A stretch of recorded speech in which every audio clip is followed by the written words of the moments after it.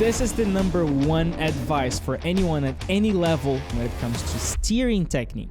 Whether you're an experienced sim racer, real life driver, or just a beginner at sim racing, there's a big chance, and I say a big chance because I coach thousands of drivers and over 80% of them do this mistake, that your steering technique is harming your driving more than helping it. In this video, I will explain what we do, why we do this, why it's bad, and most importantly, how fixing this can improve your driving skills exponentially. What is this most common steering problem? It happens to everyone. We start driving and the very first input we use to turn the car around is the steering. So the very first thing we do when we're getting faster and faster is to try to find more rotation. Therefore, we turn the steering even more. At the same time, as you're learning, everyone teaches you that you have to brake first and then turn after without the braking, and then we accelerate and decrease the steering. Now, this is important. Because of this necessary first step when we're learning, we might end up developing the notion that the steering is our main source of rotation. And most importantly, that other factors are less important than steering to turn the car. And this is how it snowballs into millions of drivers developing the bad habit of steering too much at some stage of their driving technique. Don't worry. This is actually a part of the process of getting faster. We steer more and more, looking for rotation, until we get to a point where the car starts refusing to give that extra rotation. If you're not sure you're braking too hard, and depending on the setup of the car, you will most likely get into understeer doing that. Now, why do we abuse the steering angle? Most of us begin driving in understeer cars. The front limitation you get allows you to reach that lovely, predictable rotation that gives you confidence. It's simple. Adjust the speed and the car will turn more. So if you can't make the corner, just brake a little bit earlier on the next lap. In this kind of binary driving style, you just turn. You don't think too much about how much you turn or how your steering angle affects the balance of the car. At least, not as much as you ultimately should. In understeer cars, it's very common for most drivers to turn just a little bit over the ideal steering. Let's say the steering limit at a specific slice of that corner is 100 degrees. So you might be turning 110 or 120 and not really noticing the difference. The car continues doing a pretty similar corner and you just keep going on with your life. There's a lot of waiting involved in understeer. You pretty much spend the entire corner waiting for the car to turn and timing when you can accelerate. This is how most of us learn, and that is totally fine. But there's a next step in it where eventually this becomes a problem. Why is this a problem? When you're front limited or understeering, you're not on the limit of the rear tires. Think with me. As you become more experienced, you start noticing that this is not optimal, so you start trying to make the car rotate more. And this is where the real problem shows up if you continue turning the steering too much. Again, think with me. If you're understeering and you turn the steering even more, what happens? Kind of nothing, right? You scrub more front tires, the car continues being lazy to turn, and probably will even turn less if you turn way too much and abuse the front tires. You just destroy the front tires more, but nothing crazy happens. But if you're turning the steering too much and you suddenly get into oversteer, whatever the cause is, what happens? You lose the car very quickly. And this is because when you transition from understeer to oversteer and your steering angle is too high, now your car is going to obey the steering input that you had before and will give you a lot more rotation than you're expecting. And this is why this is so important. This is a necessary step in your driving technique. Whenever you start getting bored of understeer and you want the car to rotate more to the point of getting a little bit of oversteer, where you finally start using more the rear tires, you have to steer less. This will be crucial for you to handle it. You need to be precise with your steering inputs to properly master oversteer. Write this down. If you steer too much, you will either understeer too much or oversteer too much. You will never find the perfect balance with too much steering. Neutral steer happens when you're steering the right amount. You will never reach the perfect neutral steer if you're steering more than the ideal, because you will either be alternating between too much under or too much over. The understeer snap oversteer, for example. This is a concept that is born from this effect. You turn too much, the car does not give you the rotation that you want, so it's understeering, and then you force that rotation, and by the time the front grips, it grips too much because you were turning too much, right? So you lose the rear tires instead. But don't worry, I'm about to show you how to fix this problem. This is how steering less will help you improve your driving massively. By steering less, you learn how to control the balance of the car with your feet. Write this down so you don't forget. Really, if you want to be a better driver, you have to feel this transformation happening in your driving. You steer less, and then you start feeling the more present and obvious effects of trail braking and throttle in the balance of your car at essentially every stage of the corner. This is a very long process because in your brain, the steering is the main source of rotation. Now we're adding 2 more sources of rotation that you have to find the right proportion, right? And also, because trail braking and throttle are techniques that take months to develop, so complicated that I've created a whole advanced course teaching you how to do it the best way possible without creating bad habits, which is the motor racing checklist. I strongly recommend that you try it. It has a collection of exercises to help you work specifically on your muscular precision and sensitivity. Anyways, if you haven't felt that transformation yet, this is the weirdest feeling when you drive, because we create the idea in your brains that the steering is the main cause of rotation, but at a higher level, you will realize that the pedals will be many times more important to the generation of rotation of the car than the steering itself. If you're subscribed to this channel and you've watched my high-level coaching sessions, you already know that in order to spin on purpose for the sake of exercising your technique in the simulator, you have to steer less. This is the magic transformation in your driving that will transfer the focus from the steering towards the pedals and will make you oversteer more, but in a safe and predictable way. Remember, you will be feeling like you're turning the car with the pedals, not with the steering.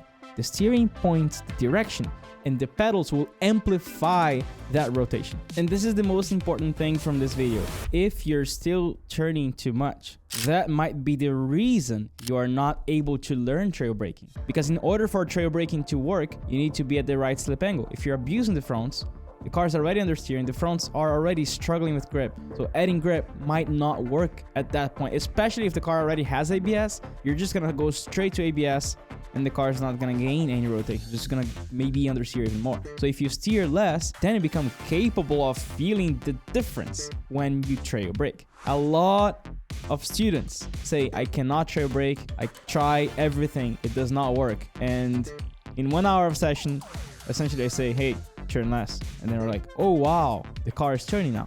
Why is that?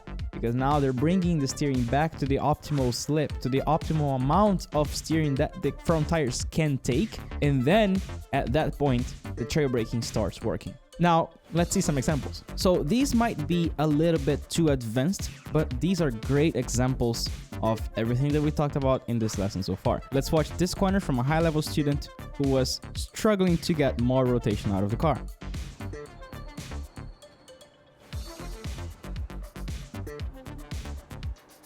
Okay, so the first thing we see, you might not have noticed it, but he is relying mostly on the steering to rotate the car. You can look at the trace and it feels like he is actually releasing the brakes very slowly.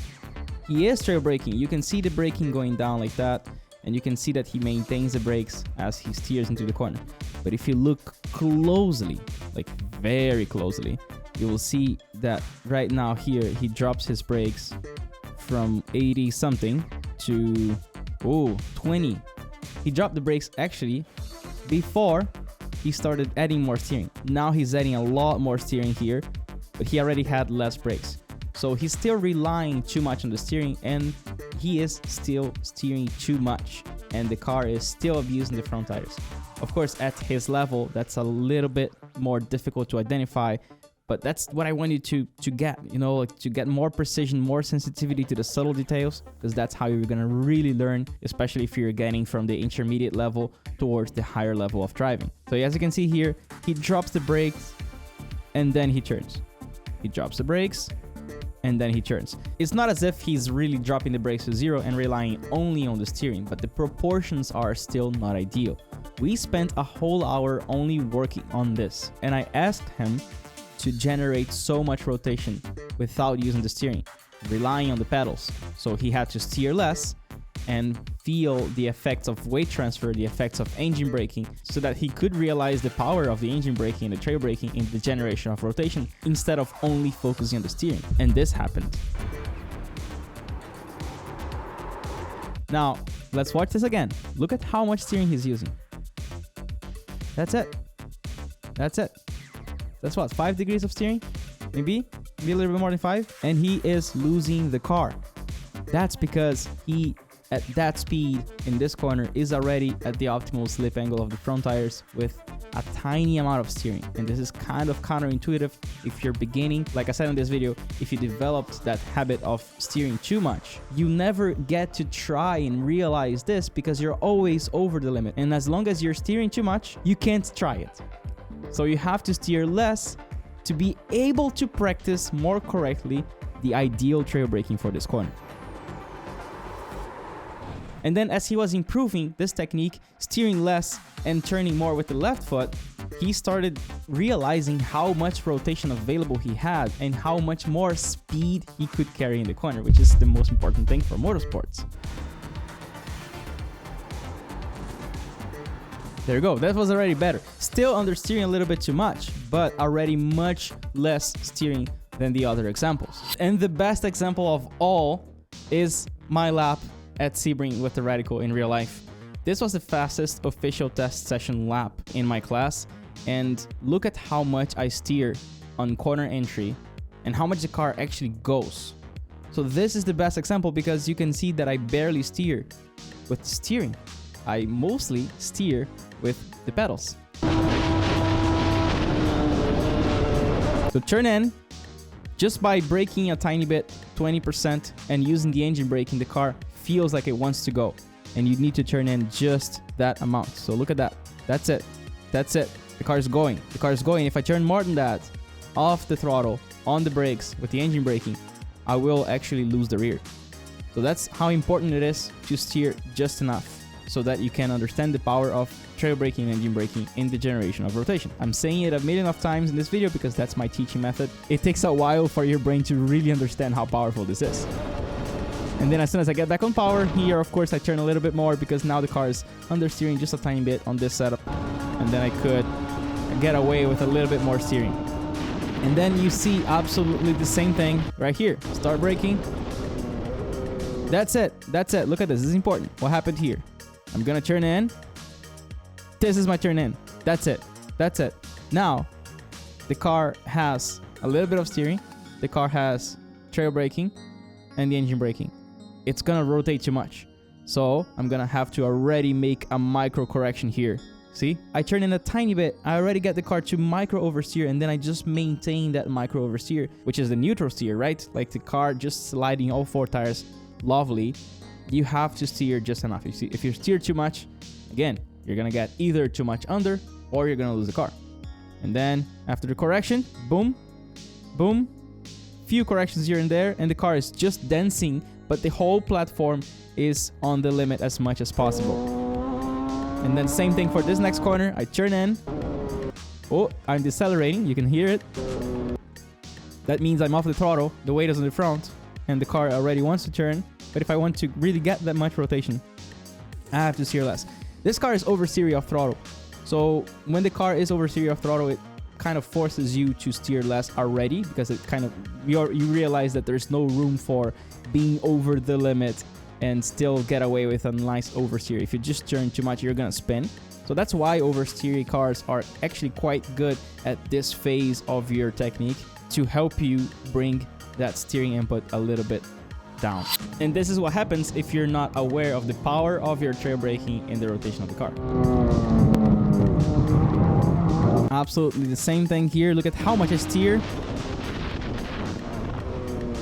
That's it. The car is already on the neutral steer. The car is already wanting to rotate on its own because I'm actively, consciously using the trail braking and the engine braking as other sources of rotation, not only the steering, and that forces me to steer less and steer just enough so I can get the car on the right limit.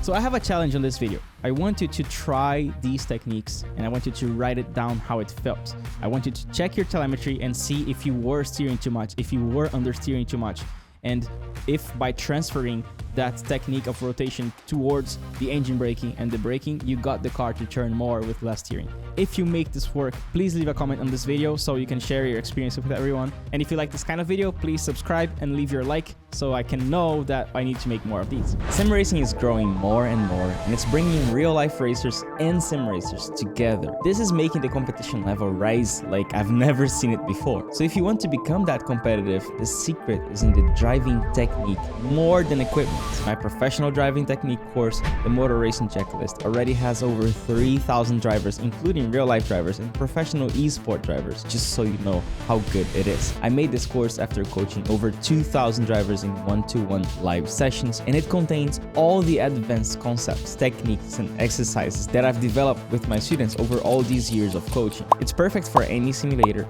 racing games, and also for real-life drivers wanting to use a simulator to improve their real-life driving technique. This course is about car handling skills, and the goal is to make you find better lap times and consistency. You will learn how to prevent and induce specific behaviors and learn how to feel them earlier so you can predict what's happening with the car with professional precision. By the way, this course has a money-back guarantee with no questions asked. So if you don't improve, you get your money back.